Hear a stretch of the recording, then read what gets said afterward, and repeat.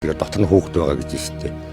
Тэгээд нөгөөт нь оролдол хэдүүлээ цааш нэмдэг ядаад ирсэн. Ямар цааш нэмдэгдүү. Хаалган болоос хүн байна бол хөөхд дуурах юу ч байхгүй. Цэцэл өчтөр нэг цагаас цэвлэн явна гэж амраач гэсэн. Тэгээд нэг цагаас хөөхдүүдэд цэцэлээс асраад тэгээд цааш ажилт явчихсан. Би өөр миний буруу биш ээ гэд би тэгэхэд хамаал одоо тэгээхлээр би өнөөдөр хогонд гар гэдэг ингээд сахимж гараа ингээд суудсан. Цэцэрлэгийн эрхлэг цэцэрлэгийн амраацсан. Би өсөлтөөр сумаар ажилтаа явж байгаад 3 цаг 7 минут яг энд орж ирэхдээ эндээс цонхноос наашаасан жижиг цонхноос нь утаа гарч ирсэн. Тэгэхээр тэгэл айн шаттай гэж орилол энэ авир хажуу айлынхаа залууг дууцсан гараад ирсэн. Тэгэл хоёулаа энэ араас нь ороод тойроод харсан чинь цооштой. Тэгэхээр тэгэл наадын цонхон агарахаа наас нь тэгжит луудлуу галаа уулзаад гараад ирсэн. Тэгэхээр 2-3 канистр содноос хүүхдүүд аваад татсан чинь нэмэр болоогүй. Энэ талын айлын хүн цог энд галаарлаа гэж би гин насанаас гараад цог гүйж орсон. Тэгээ хамгийн дөрөв ташаагийн давж араас эрднэх хэрэг.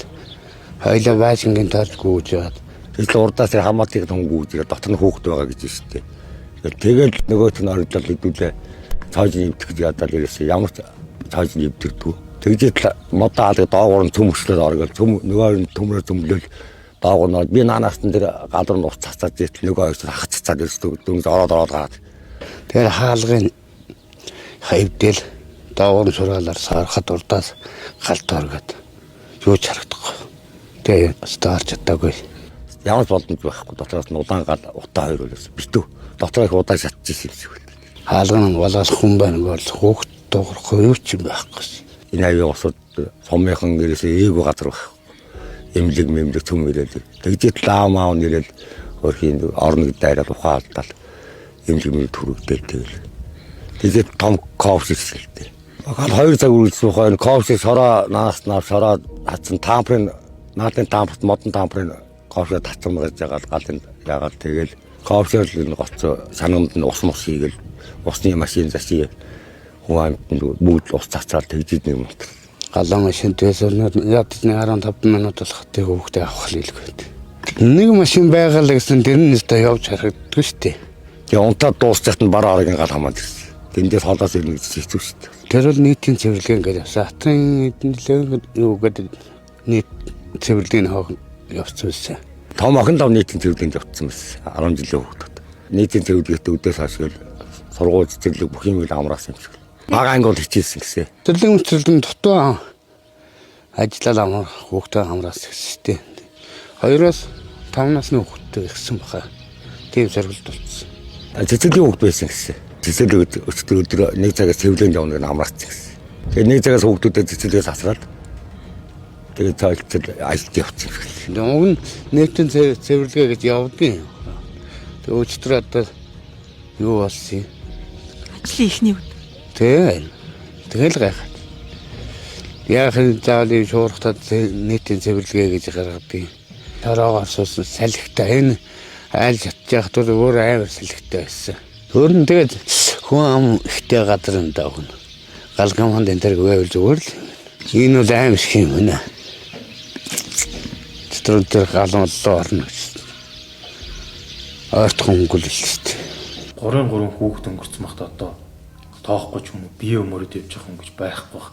Миний хувьд бол одоо харамсахын дээр харамсаж чинь одоо бас л нөгөө хог цэвэрлэгээ гэдэг нэрэл одоо хог цэвэрлээд юм болчихоо да гэдэг нь өөрийгөө буруутгасан юм гэсэн байж лээ. Сумын хувьд хог цэвэрлэгээний асуудал гарсан. Тэр нь уул нь жил болгон болдгол юм. Тэгээд энэ жилийн үед одоо юм харамсалтай юм боллоо. Тэгээд бидний зүгээрс бол одоо төлөвлөсөн байсан ажил янз бүрийн юмнуудыг бүгд нь цуцлагдчихин сая таад сонссон бах те. Ер нь бол хичээл сургуулийг хаагаагүй. Яадаг вэхэр үдээс хойш бага ангид үдээс хойш хичээлд ордог. Ахлах дунд ангийнхан өглөө таарад өдөр тарчиж байгаа шүү дээ өглөө. Тэднийг л багштай хамруулж байгаа. Уул нь бол нэг хичээл сургуулийг амраагаад өдөр амраагаад хог цэвэрлэлээр хийдэг захирамж биш. Төвийн цэцэрлэгийн эрхлэгчтэй ирэл унтлагын цагаар хүүхдүүдэд унтуулчаад туслах багш нар нь үлдээд үндсэн багш нар нь одоо ажиллаж байгаа багштайгаа хөвөндөө гарна гэж тохирол ярьсан гэсэн юм бол.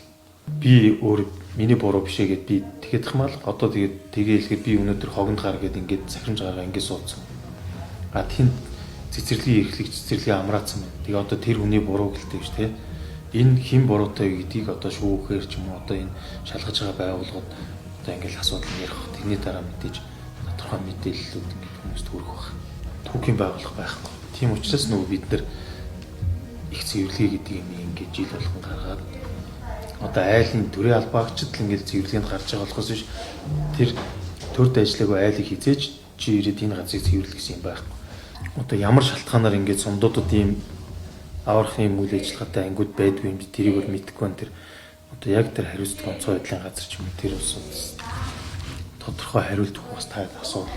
Бидэд сая очиод байгууллагаас нэг гэр өгч байгаа юм. Тэд гэрийн барих газрын асуудлыг шийдэж өгөөч гэсээ би өөрөө очиод тэгээд хүүхдүүдийнхээ нэг аавтаа уулзаад газрын асуудлыг ямар ч шийдвэрчлээ. Сая одоо онцгой байдлын газрын дараа уулзъя гэдэг шиг гэр нь ирж байгаа.